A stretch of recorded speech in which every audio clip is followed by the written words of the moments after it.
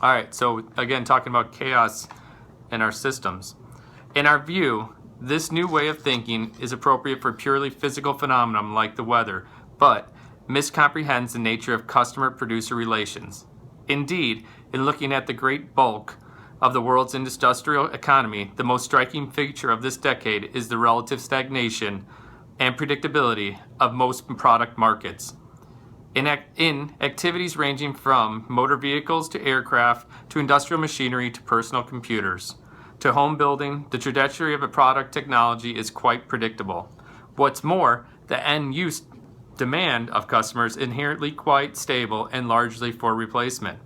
We believe that the volatility, the perceived marketplace chaos in these industrial activities is in fact self-induced, the inevitable consequence of the long lead times and large inventories in traditional world of batch and queue, overlaid with relatively flat demand and promotional activities like specials on auto services, which producers employ in response.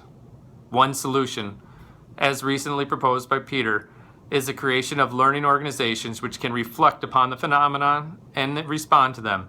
One might think of learning organization as sort of the intellectual MRP, to take the kinks out of the production and consumption. We have a radically different proposal. Get rid of the lead times and inventory so the demand is instantly reflected in the new supply rather than the current situation of misjudged supply, perennially searching for demand and creating chaos in the process. We are confident that the pattern of demand will suddenly be seen for what it is, remarkably stable except for a few new products like multimedia, whose value and final form are being determined in real time.